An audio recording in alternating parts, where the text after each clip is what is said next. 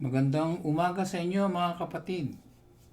Pagpatuloy po natin ang ating paksa, The Church Christ Built. Binitawan po natin panandalian. Ang teksto po natin ganun pa rin. Doon sa Juan Kapitulo 4, Kabanatang 4, mga talatang 23 hanggang 24. Basahin po natin sa Ingles. But the hour cometh, and now is, when the true worshippers shall worship the Father in spirit and in truth. For the Father seeketh such to worship him.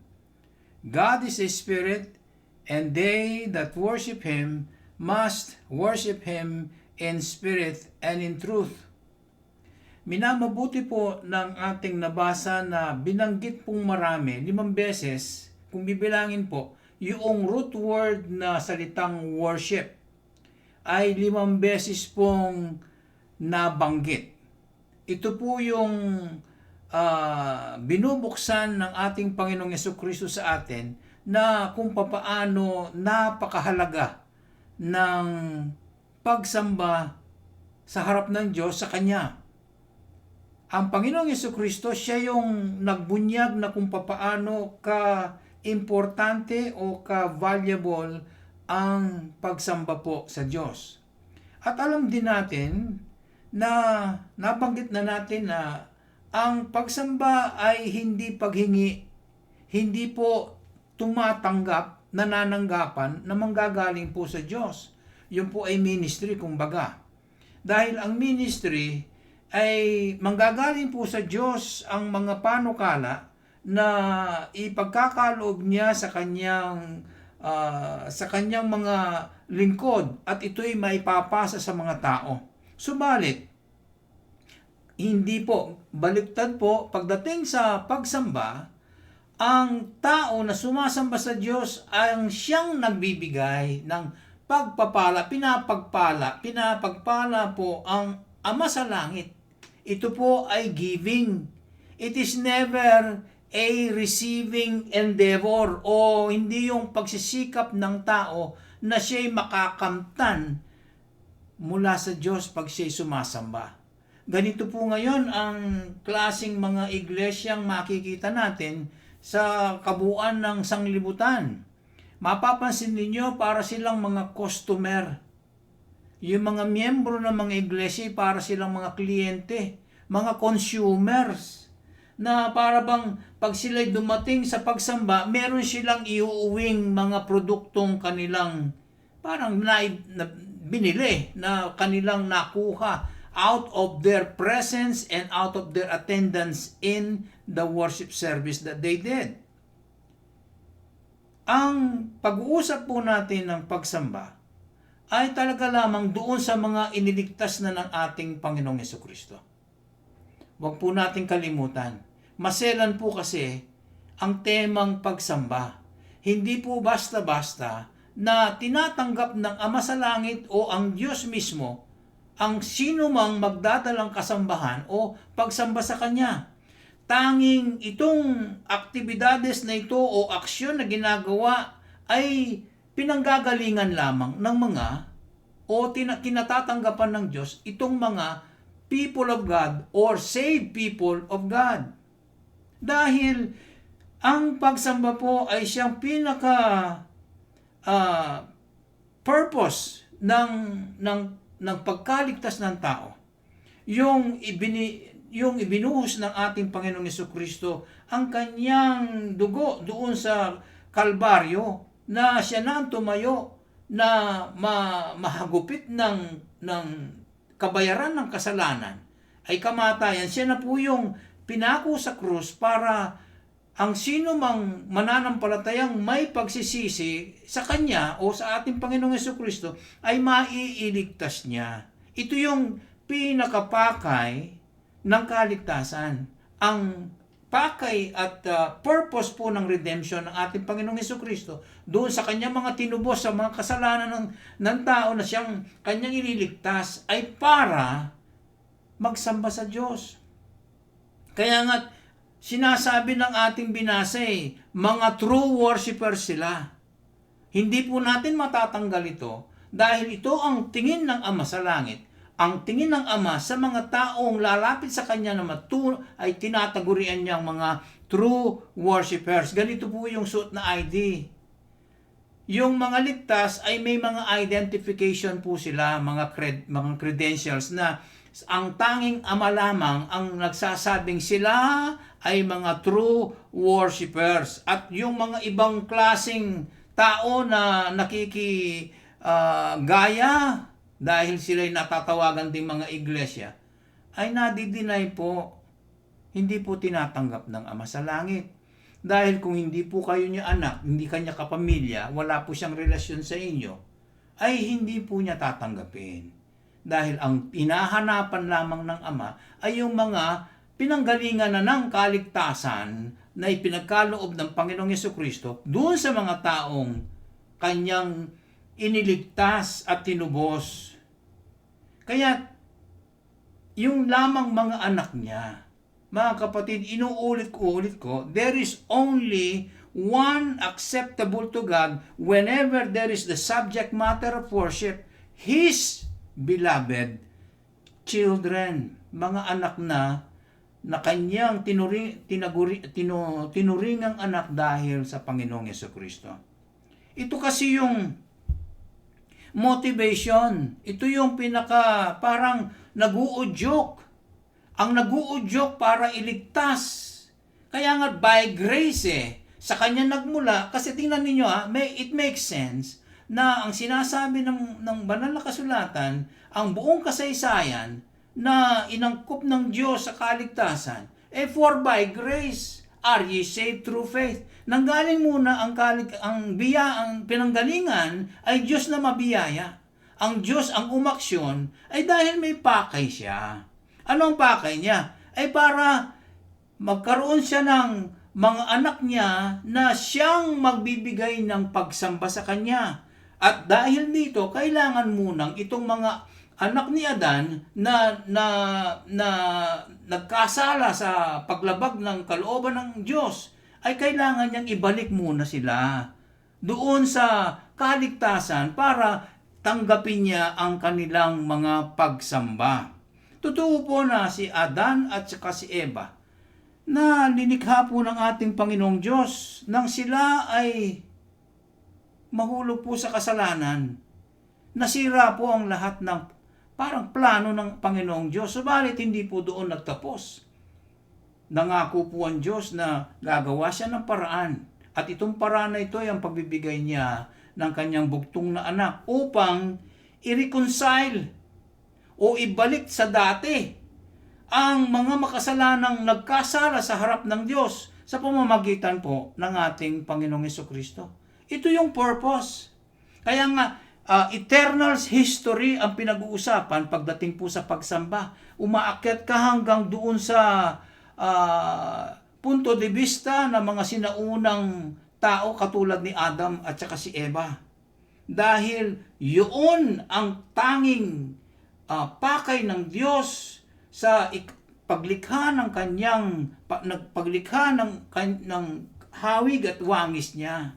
Mga kapatid, ganito talaga. Kaya pagka ikaw ay nailigtas na, hindi natatanggalin ng kaligtasan sa inyo. Bakit? Kasi para kay Kristo na inahandog niya ngayon, itong mga iniligtas niya ay magbibigay ng tama at tunay na pagsamba kailanman. Kaya sinusulat nila ang sabi ng banal na kasulatan ay isusulat sa kamay ni Jesucristo ang kanyang mga iniligtas, ang kanilang mga pangalan. Hindi lang sa aklat ng buhay, isusulat din ng Ama sa kanyang palad. Dahil nga, ang kaligtasang pinagkakaloob ay may pakay. Para tanggapin ng Ama na ikaw ay malinis, na ikaw ay tinubos ng dugo ng Panginoong Jesucristo. Kaya ito, ang lapit ng tao dahil kay Kristo, ng tao ay nagkaroon ng kapayapaan sa Ama. nanggaling sa Ama para sa taong nagkasala na gumitna ang ating Panginoong Hesukristo, siya na po ang naging dahilan para magkaroon ng kaligtasan itong taong makasalanan na hindi niya kayang i-reconcile ang sarili niya sa mahigpit na kahatulan ng Diyos. Kaya nga, ang tawag kay Jesus ay Kristo. Tinawag ng ating Panginoong Diyos, siya ang Holy Anointed One. Kung bakit naman, kailangan siya lamang. Siya lamang ang pinagkalooban ng authority na siya ang magliligtas, siya ang Savior, wala na pong iba. Sa lahat ng pangalan, iisa lang ang pangalan ng lahat na iluluhod dahil siya ang tagapagligtas. Ito yung importanteng dapat nating malaman. Kasi hindi pwedeng kahit na siya ay Diyos, na anak ng Ama, kung hindi naman siya inutusan, hindi naman siya ang pinili, hindi naman siya ang inappoint o inanointed, kasi on top of the appointment is the anointing. Tinatawag nilang anointing dahil ito na yung nagbibigay ng talagang official na ikaw talaga ang hinirang ng Diyos. Kaya tinawag siyang Kristo Hindi pwede na lampas ka dun sa Kristo. Hindi pwede. Kapag ka lumampas ka doon sa Kristo, sasabihin mo, yung relihiyon mo si Buddha, ang relihiyon mo ganito, ang laki ng church mo. Sino yung inanoint ng Diyos doon? Si Kristo ba? Hindi naman Kung hindi po si Jesus Christ, hindi pwede.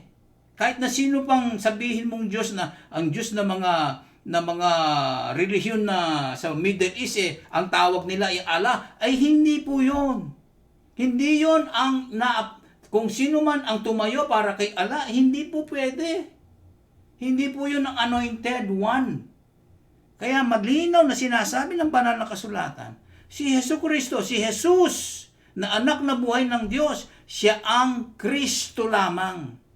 Wala na pong iba.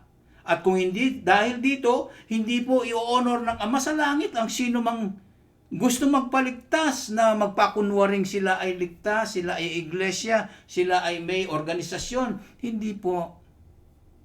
Hindi po kaya. Kaya yun lamang talagang nailigtas ng ating Panginoong Hesukristo kasi siya ang Holy Anointed One. Siya ang may parang selyado na pag pinakita yung tsapa yun talaga ang authority. Pag yun ay tsapa nakadikit sa atin at ikaw ay naistampahan noon, ay tutunay kang ligtas.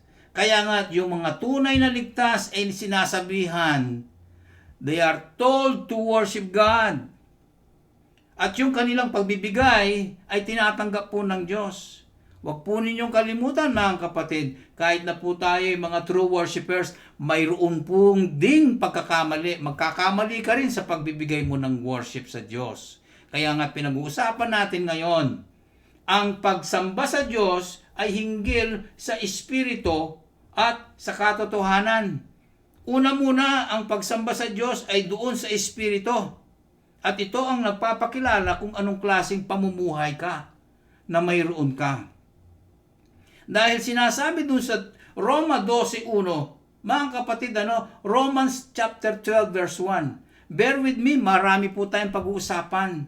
Dahil pagdating po ng aktual na truth, yung pong truth na pinag-uusapan dito, ay talagang tatalbugan po yung pinag-usapan natin doon sa spirit. Kasi sa spirit, mahirap lang ang sa spirito ay yung inyong obedience. Kung paano ang takbo ng inyong isip.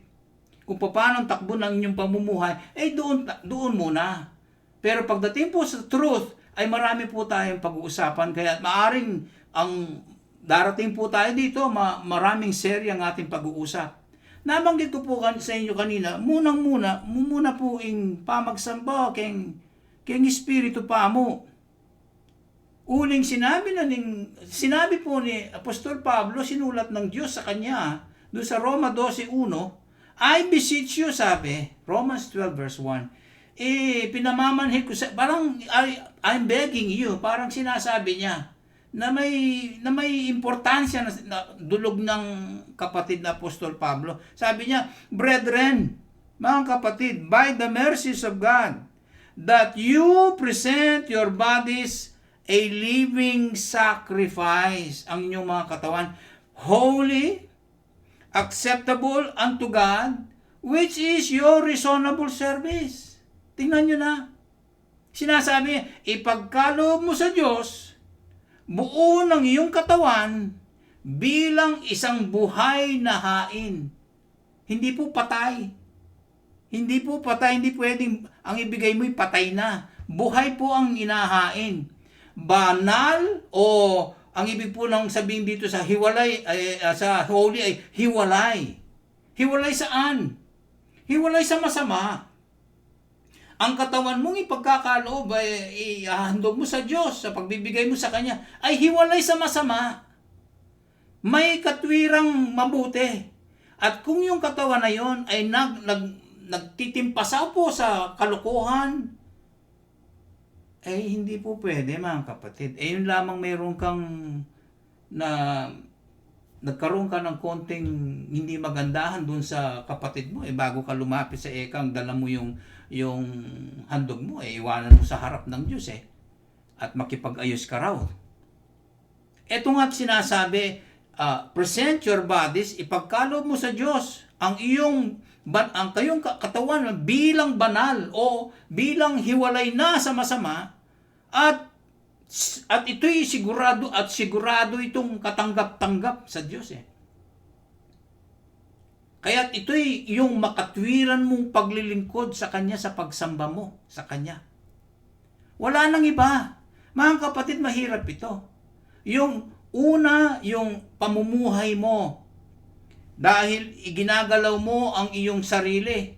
Kaya nga sinasabi niya, present your bodies a living sacrifice.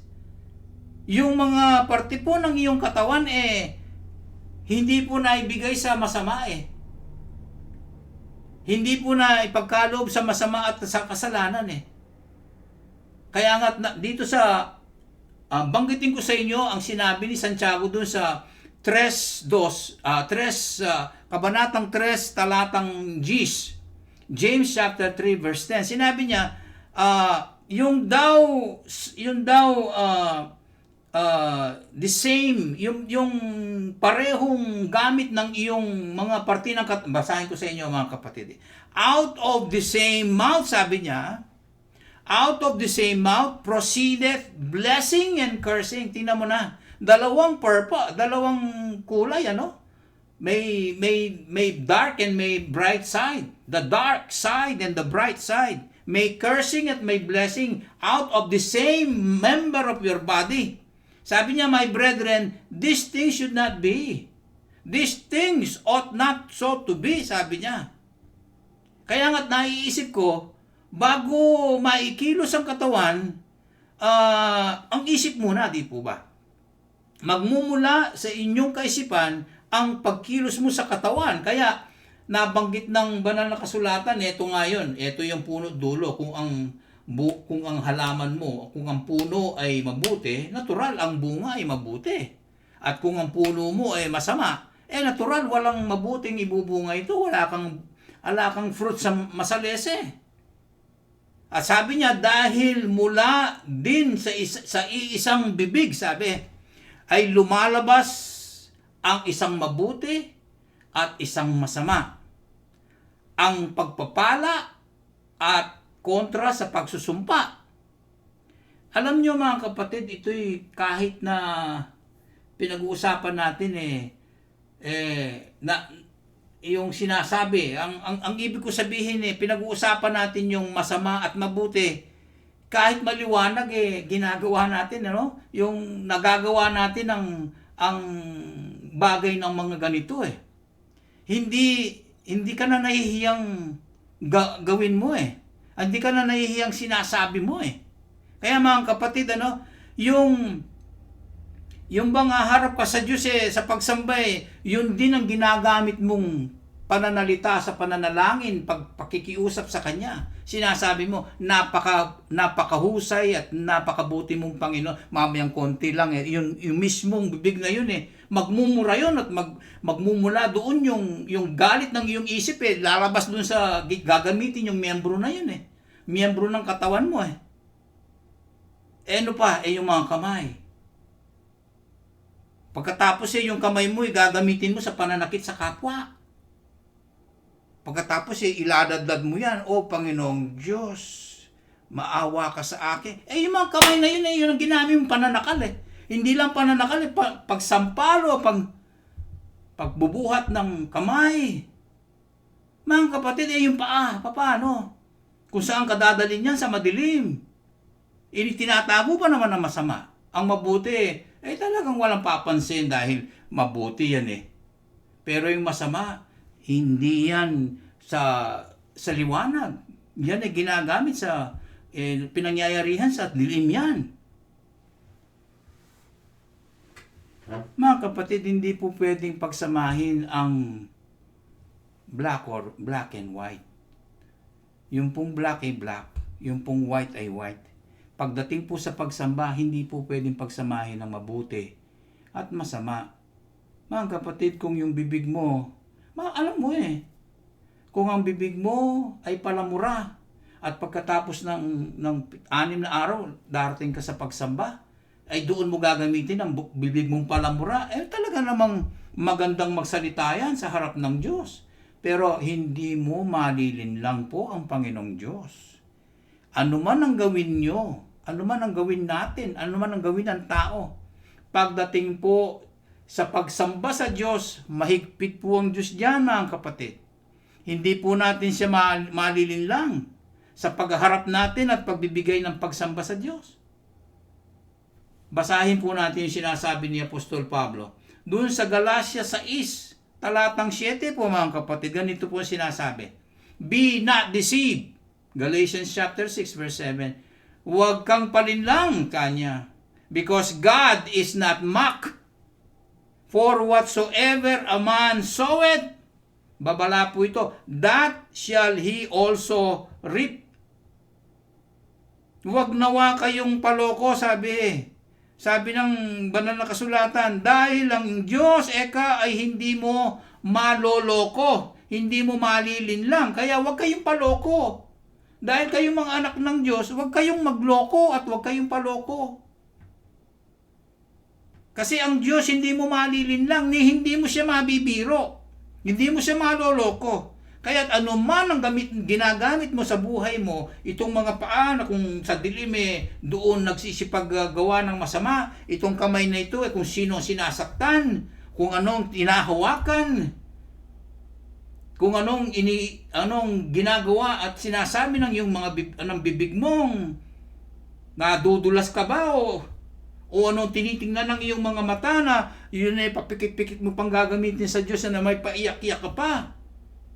Pambihira lahat ng klaseng ng pagsambay makikita mo.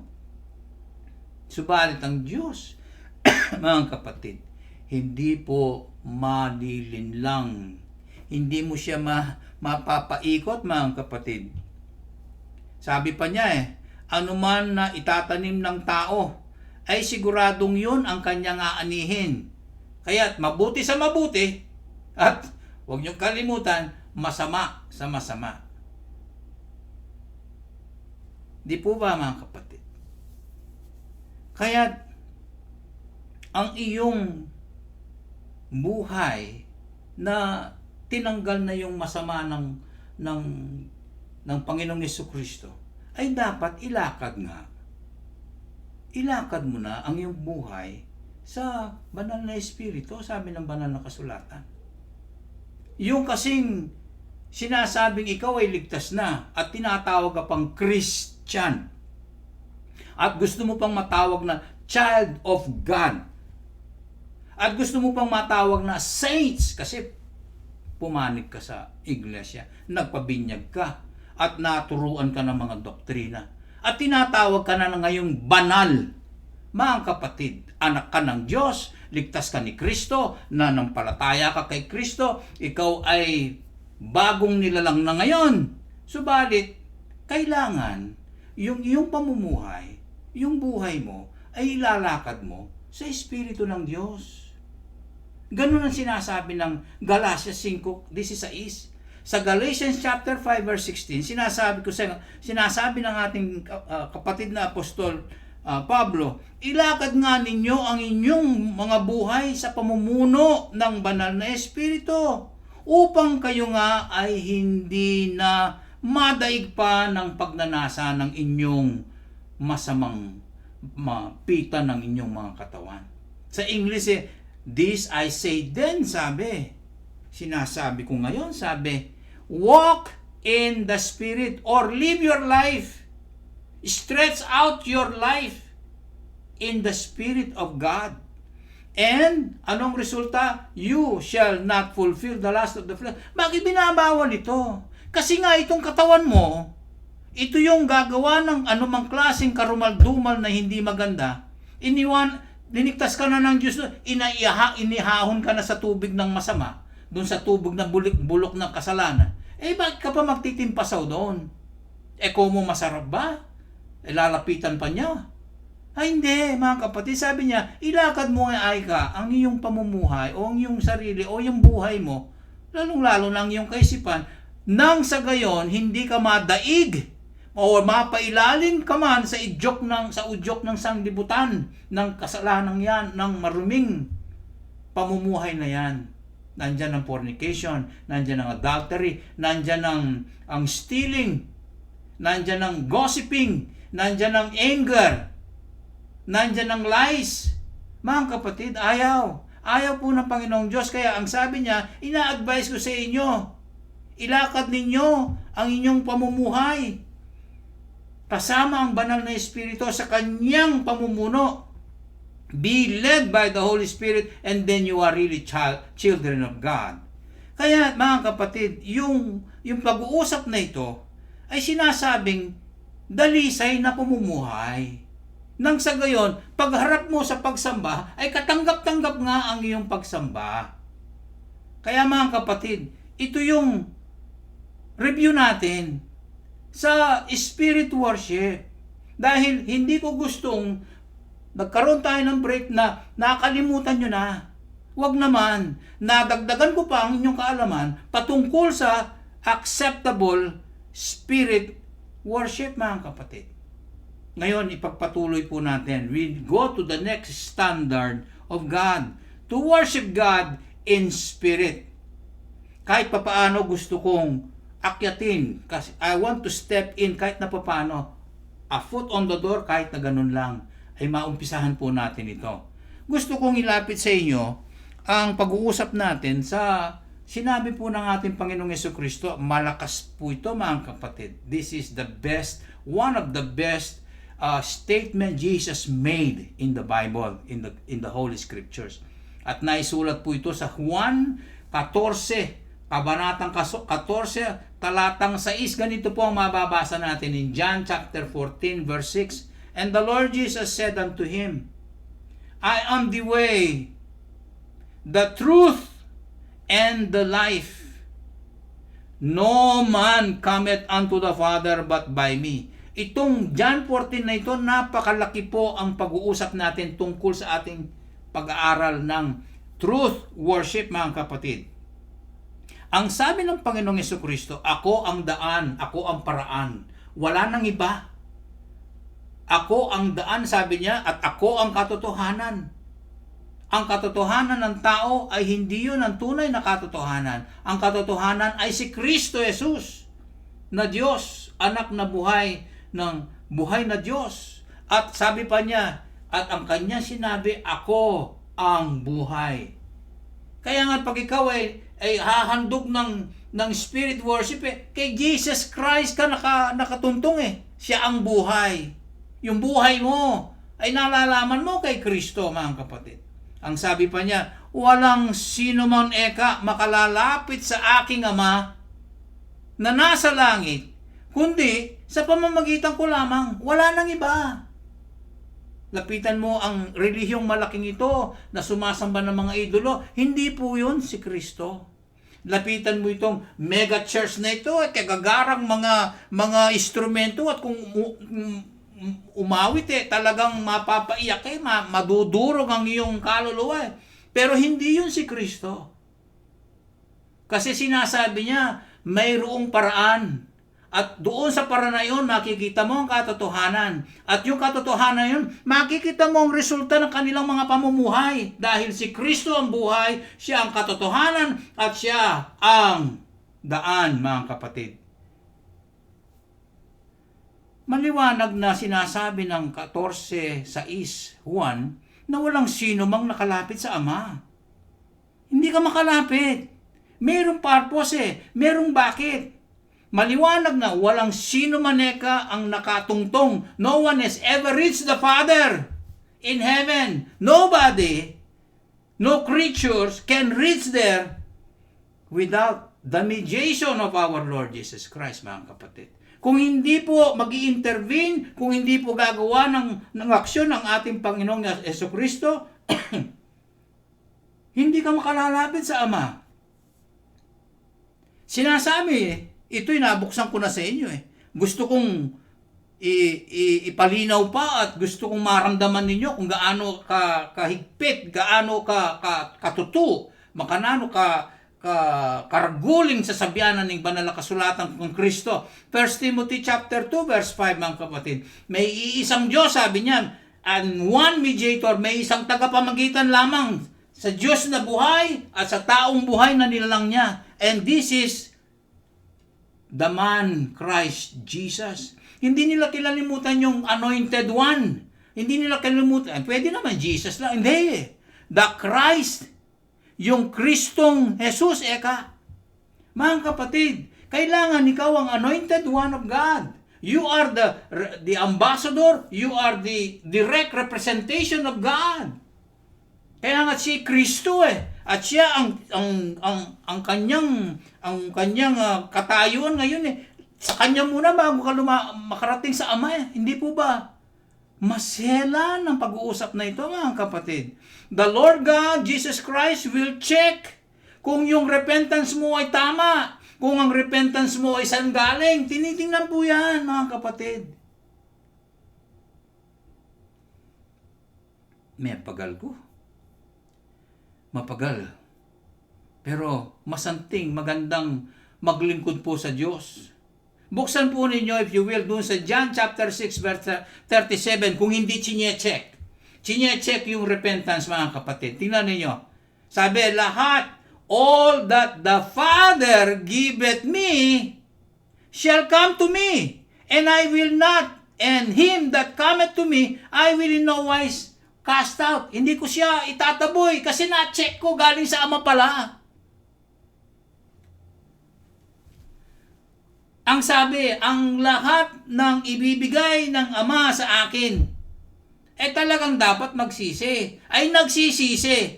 Hindi naman siya lalapit kung hindi siya nagsisisi, nagbagong isip Dahil napagkalooban ng Diyos ng tama at tunay na pagsisisi yung mga taong ilalapit niya sa akin Kaya nung siya ilalapit sa akin, hindi ko sila itataboy. Sabi, all that the Father giveth me shall come to me, for He is the drawer, and Jesus Christ. Jesus is the Holy Anointed One. He is the way, the truth, and the life, mga kapatid. Ang sino mang lalapit sa Kanya ay merong repentance, pagsisisi. Ganito yung sinasabi ng 2 Timothy chapter 2 verse 25. Banggitin po natin to, mga kapatid. In 2 Timothy chapter 2 verse 25, buksan po ninyo, malalaman nyo na ang pagbibigay po ng repentance ay naririto. In meekness, instructing those that oppose themselves. Nakikilaban po sila. If God peradventure will give them repentance to the acknowledging of the truth, mga kapatid. Maliwanag dito na ang Diyos mismo, siya po ang nagbibigay sa sino mang tao ng tamang pagbabago ng kaisipan. Siya nagbibigay ng tamang pagbabago sa kaisipan, tamang pagsisisi, upang ganito, ang gawin nila pagkatapos, ang pagkilala, ang pagtanggap ng katotohanan, acknowledging, ang pagtanggap ng katotohanan na mismo ang pagtanggap nila kay Hesus Kristo. Mga kapatid, ang Diyos mismo ang nagbibigay. Paano naman? And how shall one get to receive this repentance from God? Paano mong alam na binigyan kanya ng repentance? Yung magandang tanong yan, mga kapatid, di po ba? Sasagutin tayo ni Apostol Pedro, 2 Peter chapter 1 verse 21. Ganito po sinabi ni Pedro, for the prophecy, 2 Peter po, chapter 1 verse 21, doon sa humahabol, for the prophecy came not in old time by the will of man, but holy men of God spake, spake as they were moved by the Holy Ghost. Sapagkat ang hula, alam po ba ninyo ang hula? Ito'y mga pangyayari na ang pinagmumulan ay galing sa Diyos upang ibunyag ang layunin ng may likha. May layunin ng lahat ng ginagawa ng Diyos na hindi kinasangkutan ang kalooban ng tao. Subalit, ito'y mga tinawag ng Diyos na mga banal na mga tao. Tinawag ng Diyos ang mga banal na taong ito, pinili niya at nangagsalita sila, mga salita sila habang puspos sila ng banal na Espiritu ng Diyos. So, kung sila ay tinawag ng Diyos sa kanilang pangangaral, so dala ng mga mangangaral o dala ng mga propeta o mga apostol ang tamang pagsisisi na galing sa Diyos sa pamamagitan ng kanilang pagsasalita sa tao. At ang Diyos ang nagbibigay. Ang Diyos po ang nagbibigay sa pamamagitan po ng mga apostol, mga propeta, mga banal na tinawag ng Diyos na holy men of God. Pakinggan po ninyo sinasabi. Doon sa John chapter 6 verse 45, ganito sinasabi. Madadagdagan pa. Ito yung magpapalakas, sabi. John 6:45. Nakasulat po yan, it is written in the prophets and they shall all be taught of God. Ang pambihirang katotohanan. Naisulat ng mga propeta, they shall be taught of God. Every man therefore that had heard, and every man that had learned of the Father, cometh unto me. Lumalapit sila kay Kristo. Naisulat po ng mga propeta ay ganito. Sila ngang lahat ay matuturuan hinggil sa Diyos sa pamamagitan ng pagsasalita ng mga tao. Bawat tao, mga apostol o propeta, bawat tao ay aabutan at makakarinig ng balita, mga kapatid. At sila ay makakaalam tungkol sa Ama. At sila nga ay tiyak na lalapit sa akin, sabi ni Jesus Christ. Dahil sangkot ang trabaho ng Ama dito sa mga tinawag na banal na mga taong ito, holy men of God. Sila po ang pinanggagalingan ng trabaho na binigay ng Diyos. Sa kanila lumalabas ang tamang pagsisisi na ipinagkakalob nila sa inyong pakikinig. Natuturuan kayo na ang Ama sa langit ang siyang nagsasalita sa kanila. Naturuan tayo. Kaya ang sinasabi mong gusto kong mailigtas ni Jesus Christ, kanino galing yon? Yun mensahe ng kalooban ng Ama sa langit yun For God so loved the world, He gave His only begotten Son for the purpose of whoever believeth in Him shall not perish but have everlasting life, shall be saved. Kaninong purpose ang salvation? Sa Ama. Mga kapatid. Kay Kristo Jesus, umaayon sa Ama. The triune God, the Holy Spirit work on our salvation too. Magpapaalam po ang kapatid, ang elder po, mga kapatid, wala na po tayong oras. Pagpatuloy po natin sa susunod na series, ito pong series 2 natin, series 2, part 1 po ng ating worship, truth worship po na inaantayan po ng Ama sa Langit. Nagpapasalamat po sa inyong lahat. God bless you all. Bye-bye.